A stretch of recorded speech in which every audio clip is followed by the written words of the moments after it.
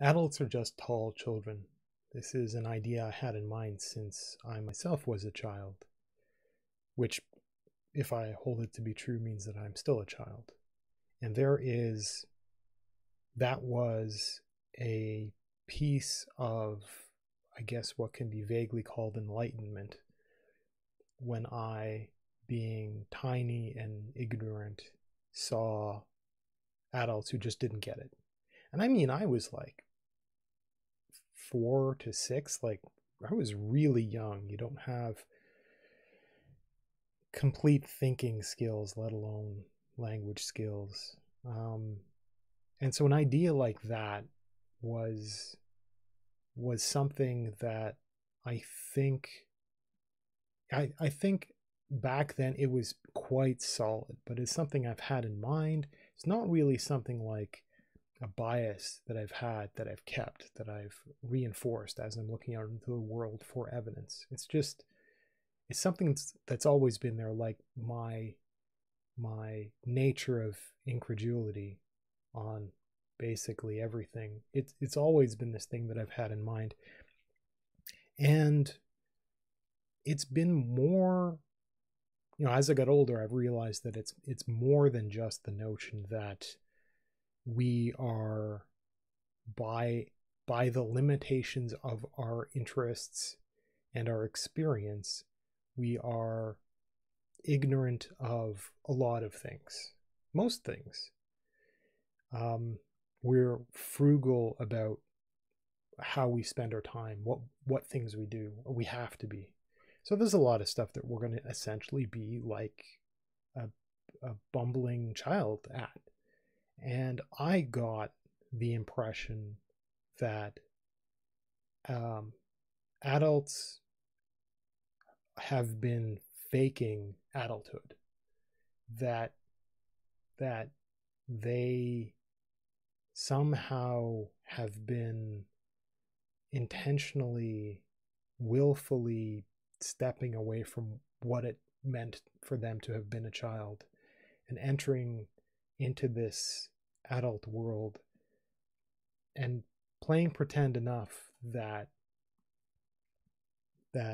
the, let's call it, the advantages of having been young have been diluted. And so when I was a kid, I you get to be a rebellious youth and thinking, oh, adults just don't get it. They don't understand. They don't understand how I feel and the way my world works. And adults, rightly so, will understand because they have, vaguely, you can say that they have wisdom, but they have more exposure, if not actual experience, depending on if they're interested or not. An adult will be able to say, well, that child is ignorant and innocent, and they'll be right. They'll be right about that. So there's always going to be that kind of rift. But I've always had the feeling that adults want to save face or embarrassment by not admitting their youth entirely, not just the fact that adults want to feign competence. So yeah, I think the notion that adults are just tall children is something that helps me get by in some sense. There's an idea, it's like in martial arts philosophy. That's not a good way of saying it, but there is a gateway towards a series of philosophies. If you can kind of get away with saying, in some sense, it dips into religion in some cases, where you get wizened old people who want to convey some inner meaning for maybe something as direct as, what is it in their personality that influences their competency, their success with martial arts. And people will go to a master's master and will ask questions like, how are you this good? This is like superhuman. And the master will talk about like a series of of philosophies, and there will be all these kinds of Zen koans, and there will be these ways of articulating how to see the world and how to act in the world, and they will make the claim, which may be true or may just be true for them or something. Maybe it's a snapshot in time where it applied. Whether or not it applies to, let's say, a particular person that they're talking to at that moment may not apply, or may partly apply, or generation gaps and all this kind of stuff. And they'll convey these philosophies. And one of them that is persistent in, let's call it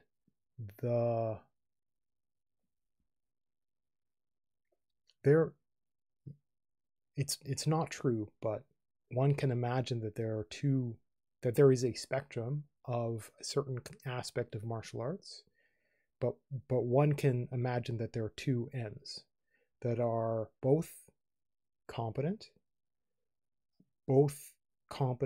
in their arena, and they don't necessarily interact.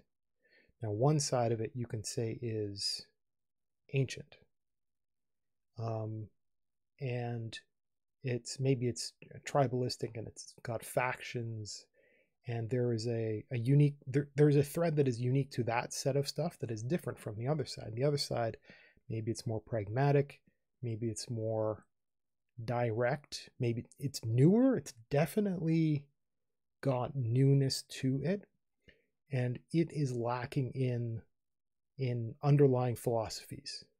So, for example, you can say something like, you can examine something like tournaments, and you can examine a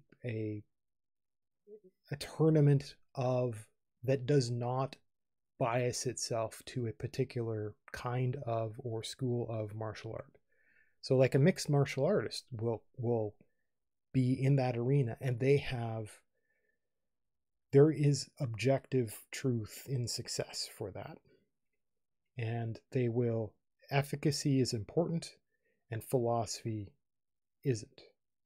And you will find that those sorts of people who are competent and perhaps successful will lack some quality that exists in what is at the other spectrum, incredible competency in that world. And there's always been this notion of one of those cannot compete in the arena of the other, so they stay separate. Now, this isn't like this isn't something like the separation between let's say able-bodied and able-bodied and disabled people for Olympic sports, something like that. Like where there is a trivially recognizable separation in order to have them compete and not have individuals be pushed away from even considering themselves as being eligible. Like you want to have separate arenas without necessarily being tribalistic, but you want to have you want to have nodes of fairness where within that you're inclusive to people appropriate to that, and you don't just arbitrarily say, well, everybody has to be mixed in together, because when you do that, you get a whole lot of people that are going to be left out, and it's going to be obvious that they're left out based on, in the case of like the Olympics, based on attributes that those people shouldn't be, like they can't grow so expert as to overcome what is in that arena, essentially a limitation that they have. So, missing an arm, you're not going to be competing with the fullness of gymnastics, because the fullness of gymnastics requires a second. It just doesn't make any sense. So you have different arenas for different stuff. And that way, something that somebody can't help isn't included and made a barrier, essentially. So you've got these two kinds of martial arts. They don't meet, but there is that notion in there, like, you're fighting and you're fighting, and why don't you two fight? And usually it's something like, well, we should bring this other martial arts supposed master and come and fight in the arena, prove that you're a real fighter. And there are like little competitions and stuff like that. You'll get some great videos out there, like proving the inadequacy in actual combat of that particular, like just embarrassing that master. And that's an appropriate thing to do for people that make claims, is to actually have them called on it, prove it objectively.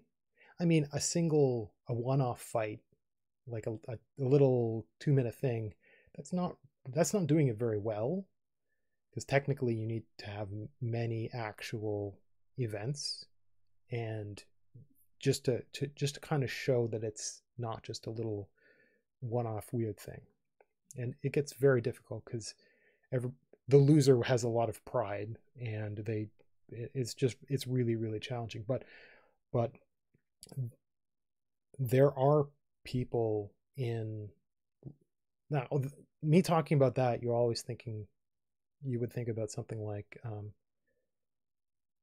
Jim Fu from a McDojo, from some fake school of whatever the heck, and this person doesn't, like, they're objectively not they're no good at all, and them being called out is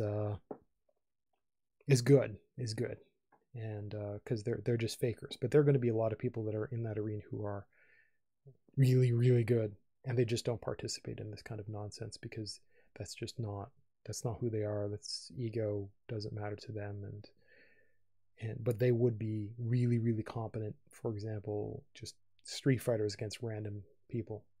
A lot of people like would be, but like a street fighter is not the same as somebody who is an honorable stand-up fighter. And that's an incredible tangent. But just to talk about that, there is one perspective. It exists in the, let's say that the non-pragmatic, the older, more, let's say, comfortable, more grounded in philosophy at those high levels, where they talk about something called the mind of a child, being childlike. And this exists in a philosophical, even a religious perspective, where that mind is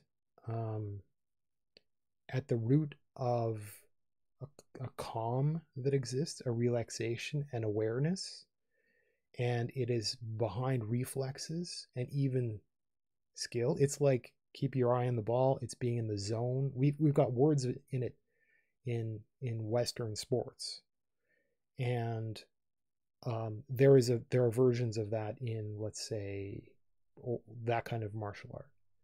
And the mind of a child is something like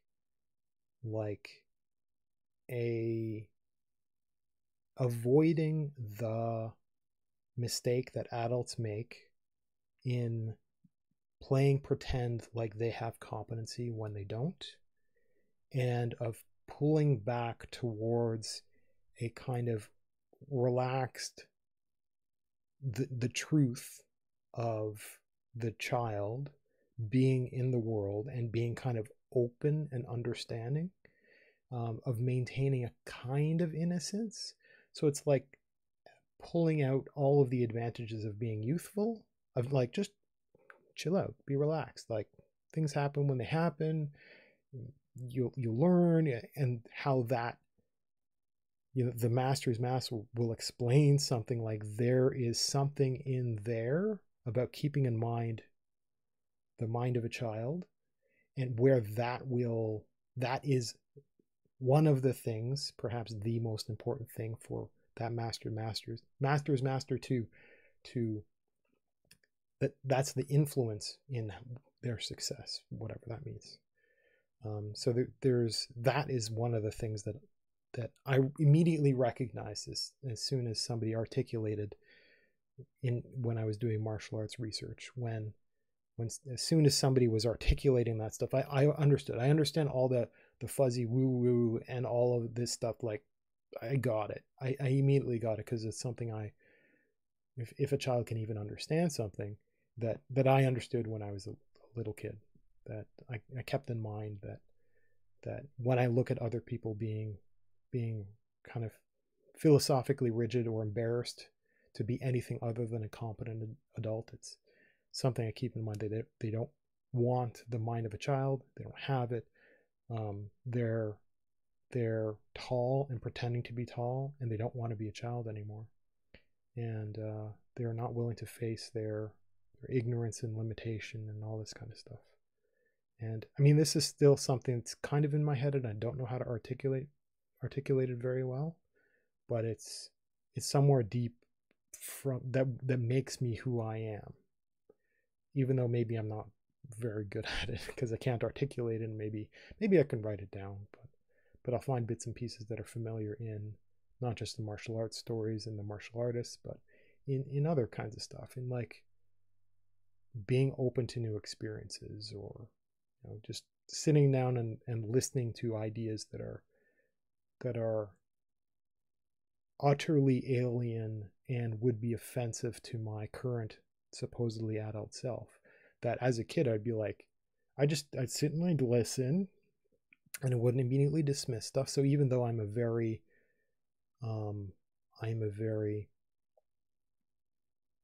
antagonistic to absolutely everything, including myself, so that there are barriers that I have in place that I'm aware of, but I am willing to back stuff down. Like, stuff doesn't just go in and brainwash me, but stuff will be right up against the barrier, and I'll pull the barrier back. It'll be nice and soft and springy, and I'll accept ideas to at least listen to them. And it's something like the mind of a child with that kind of thing. It's like, it's okay. Like, it's not even something like, well, maybe those ideas are right. It's like, it's valuable to help me understand why I believe the things I do when I'm exposed to things I'm antagonistic to. It's still very valuable for somebody to be wrong in my face. I can sit there and listen and be like, I know you're wrong.